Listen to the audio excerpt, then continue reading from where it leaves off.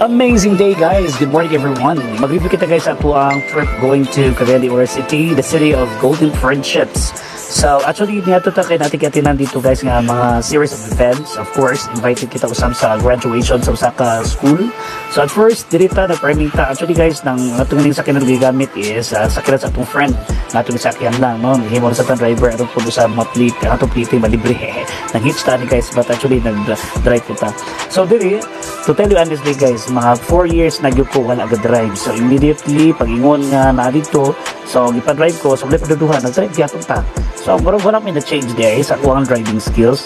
Mas na-improve, na-recall pa gid nako ako ang mga experiences sa pag-drive nga kanina time nga dugay na punta nag-drive, mga 3 years nag-drive, naputol po siya mga almost 4 years gikan sa COVID time. So nahimo nga medyo kabado ta, pero pag sakay na po diha na guys, wala na diay mas wala ta kalimot. So nag-trip ta before nag-pray pa kita guys, going sa mga lugar nga tagataog blessed sa Ginoo, especially traveling mercy. So thank God nga smooth kay atong lakaw, wala na gyud kay problema sa atong trip going to traversing no sa mga lain-laing munisipyo gikan sa Lanao del Norte, sa Wadi Sur del Lanao del Norte, o smooth gyud kaya mo ang trip diri guys.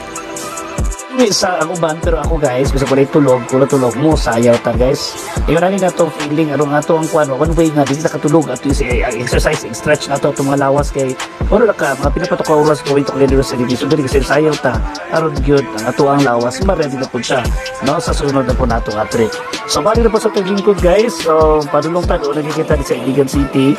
O gagyan salamat nga natay mga body security na to karon ang ato ang cameraman ko no kasi Mr. Chakababs ni kuling sa nato nagiya ka nato sa nasya sa kuang kili ron siya pod mga bantay lang katabag bantay. Kabalo ka guys, hindi ato sakyanan ang tingin ta kanita makusianan ni tiga sa sakyanan or makabayad ta. So delikado kay makabayad ta no. So handle with care gyud na guys ang ato pag-drive diha. So eventually niabot kita usa ka lugar diri ta sa Robinson sa place kay ang atong kauban taon guys nagbuyong-buyong. Nabuyong taon siya. So nangita sa way nga patagan po doon na sa iya pagkabuyong-buyong. So niadto ta usa ka mall diri sa Robinson's Place, Iligan City aron po maka-relax gamay dayon mangita tag treatment especially nga tambal aron po malunasan ang iyang pagkabuyong-buyong.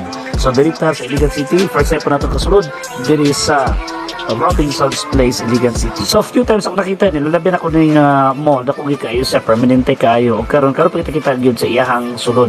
Okay, so diri guys nangita taga parkingan kay kabalo na ka basta mga metropolis ug syudad kayo kuan jud siksikan jud in town. Mag-careful po ta sa parking kay mga sagi-sagi agoy patay makusian ang kabayad gyud ta ani sa atong gisakyan guys. So nangita diri parking area aron mapahiluna nato ning ato ang sakyanan nga gidrivean. Hi guys, niabot na kita sa Iligan. So first time na to nag-long drive diri actually pila na ka times pero first time na to makanhi diri sa Robinson's Iligan City. Kapag ito city, nanay po nga Robinson's Place, pero excited ka masulod before ta maadto sa Cagayan de Oro City. Nagpayong ta katigyo inita. Dali guys.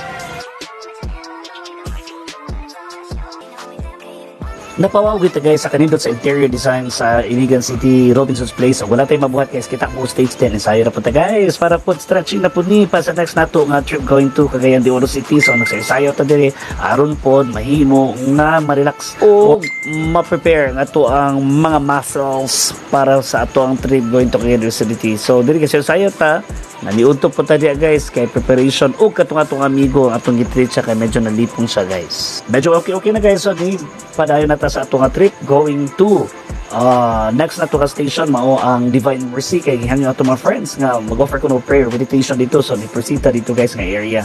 So finally nindot kay atong area guys kay atong biyahe kay dili gid siya kay lisod o hanyo ra gyud taon walay kakulian. So salamat sa Ginoo. So nandito diri sa Divine Mercy aron maka-offer kita prayer, magbinikit pud ta kauban sa ako mga friends na member po sila aning denomination. So kita po napawaw kita sa area kapiro ko niya diri guys. Barka upat ka lima ay mahapit magdiri ko sa akong mga friend nga mga kauban na to no mga Catholic friends. So para sa itong trip finally mayroon kayo itong so lagi kay problema smooth kayo. So salamat sa Ginoo kay ato ang trip kita wala tay kakulian. So dito nakasulod pa ta diri kay relax ang ato ang utok. So mag-ingat gyud ta as motorista kay delikado kayo.